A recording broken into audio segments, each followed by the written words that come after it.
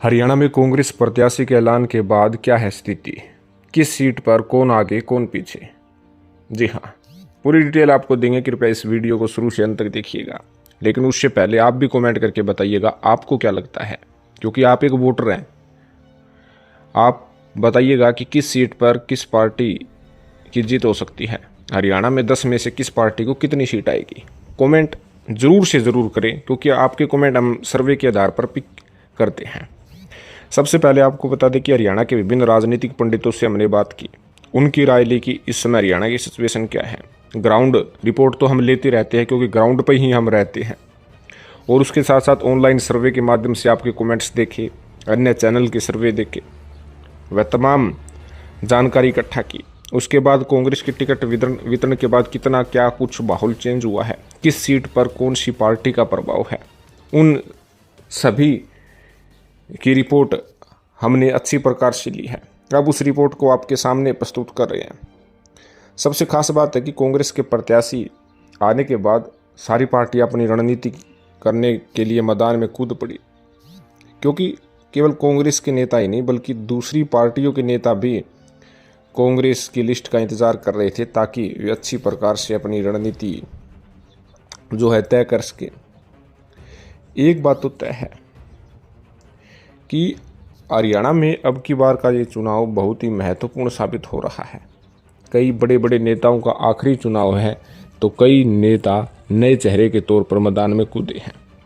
कांग्रेस हो या बीजेपी या इनेलो हो या जेजेपी या बसपा, सारे पर प्रत्याशी अपनी अहम भूमिका निभा रहे हैं।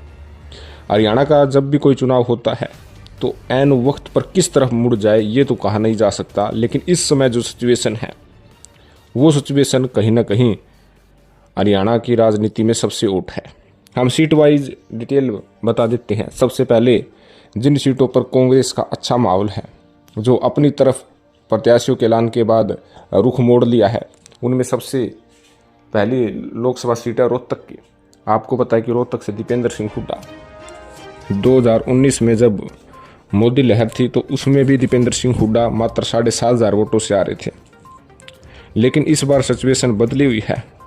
कहीं ना कहीं वो लहर देखने को तो नहीं मिल रही है, लेकिन दीपेंद्र सिंह हुड्डा ने जो गलती 2019 में की थी उस गलती को जो है सुधार लिया है। डोर टू डोर जनसभाएं, रैलियां व अन्य कार्यक्रम रोहतक लोकसभा सीट पर दीपेंद्र सिंह हुड्डा पहले ही कर चुके हैं। रोहतक लोकसभा सीट कांग्रेस की नंबर 1 सीट है, जहां से जीत के सबसे बड़े दावेदार कांग्रेस पार्टी के प्रत्याशी हैं। दूसरी सीट है सिरसा, यहाँ से कुमारी शैलजा मैदान में है। सब कुछ अच्छा रहा, गुटबाजी नहीं रही। हुड्डा गुट शैलजा गुट मिलकर चुनाव लड़ा तो अशोक तंवर के पसीने आने तय है। आपको बता दें कि इनेलो पार्टी का गृह क्षेत्र भी माना जाता है, और इनेलो पार्टी के प्रत्याशी भी अहम भूमिका निभाएंगे। कहीं ना कहीं सिरसा सीट इस समय कांग्रेस के पास जाती हुई नजर आ रही है, लेकिन जैसे जैसे इलेक्शन उठेगा तब पोजीशन क्या होगी ये देखने वाली बात होगी। कितनी सहायता कांग्रेस के नेतागण मिलकर करते हैं। शैलजा जो है सिरसा पर विशेष तौर पर फोकस किए हुए है। सर्वे के माध्यम से सिरसा में शैलजा को सबसे ज़्यादा कांग्रेस प्रत्याशी के तौर पर पसंद भी किया गया था। फिर अगली सीट है सोनीपत। सोनीपत सीट भी कहीं ना कहीं हुड्डा फैक्टर के अधीन है। किसान आंदोलन, जाट वोट बैंक, ग्रामीण क्षेत्र कांग्रेस को मजबूत बनाता है, क्योंकि बीजेपी ग्रामीण क्षेत्र में जाट वोट बैंक में और उसके साथ साथ किसान वोट बैंक में अपनी पकड़ ढीली बनाई हुई है, और सोनीपत में यहाँ पर सबसे ज़्यादा इन्हीं की आबादी है। हालांकि कांग्रेस ने भी ब्राह्मण कार्ड खेला है, बीजेपी ने भी ब्राह्मण कार्ड खेला है। कहीं ना कहीं सतपाल ब्रह्मचारी यहाँ पर तुर्क के इक्के कांग्रेस के लिए साबित इस वक्त होते हुए नजर आ रहे हैं। फिर बारी आती है 3 ऐसी लोकसभा सीटें जहाँ पर बीजेपी मजबूत है। इस समय बीजेपी जीतता हुआ दिख रहा है।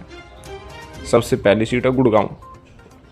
हालांकि गुड़गांव में बताया जा रहा है कि 2019 के मुकाबले इस बार जीत का ग्राफ बीजेपी का कम हो सकता है, और राव इंद्रजीत सिंह मोदी के नाम पर वोट मांगने शुरू कर दिए हैं। भित्तरघात की आशंका भी व्यक्त की जा रही है, क्योंकि राव इंद्रजीत का एंटी बैंक वोट बैंक भी जो है गुड़गांव लोकसभा क्षेत्र में रहा है, जो खुलकर राव इंद्रजीत सिंह के साथ नहीं आया है।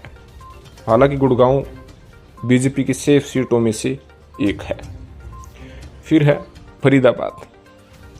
फरीदाबाद में भी वोटों का डिफरेंस तो ज़्यादा नहीं बताया जा रहा है 2019 की तुलना में, लेकिन इस समय बीजेपी के प्रत्याशी कृष्णपाल गुर्जर आगे हैं, क्योंकि मोदी कैबिनेट के मंत्री हैं और जब मंत्री होता है तो उनकी आबादी होती है, वहाँ के जो लोग होते हैं उसको ज़्यादा कुछ पसंद करते हैं। हालांकि एंटी जो सत्ता के आधार पर जो विरोध है वो भी वहाँ पर देखा जा सकता है, लेकिन फिर भी कृष्णपाल गुर्जर अपनी जीत के लिए सबसे तकड़े दावेदार इस वक्त बने हुए हैं। फिर अगली सीट है करनाल। करनाल से पूर्व मुख्यमंत्री मनोहर लाल खट्टर मैदान में है। कहीं ना कहीं करनाल सीट पर भी बीजेपी मजबूत है और इस समय जीत की तकड़ी दावेदार है। इस समय पोजीशन बीजेपी के पास है। तो हमने 3 सीट कांग्रेस के पास, 3 सीट बीजेपी के पास जाती हुई दिखाई दी, और 3 सीट ऐसी बताएंगे जहां पर कड़ा मुकाबला है, कांटे की टक्कर है, कोई भी जीत सकता है, कोई भी हार सकता है। इनमें सबसे पहली टक्कर है हिसार लोकसभा सीट की, जहां एक तरफ रणजीत सिंह चौटाला मैदान में है तो दूसरी तरफ जेपी, और तीसरी और चौथी तरफ नैना सुनैना और बसपा की तरफ से भी यहाँ पर प्रजापति समाज से मास्टर को मैदान में उतारा है। तो कहीं ना कहीं मुकाबला दिलचस्प है, कड़ी टक्कर है। जीत कन्फर्म इस वक्त हिसार लोकसभा सीट पर किसी की नहीं है, लेकिन जैसे जैसे इलेक्शन बढ़ेगा वैसे वैसे यहाँ पर कहीं ना कहीं कह सकते हैं कि प्रत्याशी में कितना क्या कुछ दम है ये भी देखने को मिलेगा। हालांकि हिसार विधानसभा सीट पर बीजेपी के प्रत्याशी बहुत ज़्यादा मजबूत है।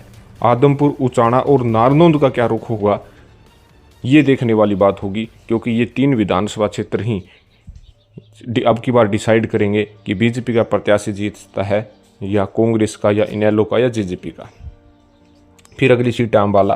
अम्बाला में 2 की ही टक्कर है, एक तरफ बंतो कटारिया तो दूसरी तरफ वरुण मुलाना। कांटे की टक्कर है, अभी कन्फर्म नहीं है कि कौन आगे है कौन पीछे है, लेकिन कांटे का मुकाबला है।